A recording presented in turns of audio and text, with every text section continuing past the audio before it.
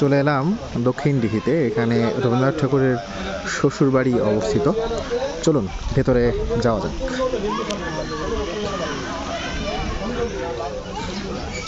এই যে সামনে যে বিল্ডিংটা দেখা যায় সেটাই হচ্ছে রবীন্দ্রনাথ ঠাকুরের শ্বশুর বাড়ি। আমরা চলে এসেছি দক্ষিণ দিঘি, যেটা আগে বললাম। বেশ পুরাতন একটা স্ট্রাকচার এখানে রয়েছে, আপনারা নিশ্চয়ই দেখতে পাচ্ছেন।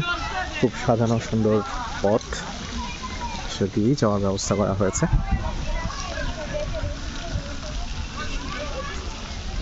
প্রাচীন বাংলার স্থাপত্য ঠিক যেমন হতো এটা ঠিক তেমন। যাই হোক, বিশ্বকবির ছবিও এখানে রয়েছে, একটু যদি দেখানোর চেষ্টা করি। জন্মবার্ষিকী হয়তো পালন করা হয়েছিল। আমরা ঢুকে পড়লাম ঠিক বিল্ডিংটার সামনে। এটাই হচ্ছে রবীন্দ্রনাথ ঠাকুরের শ্বশুরবাড়ি।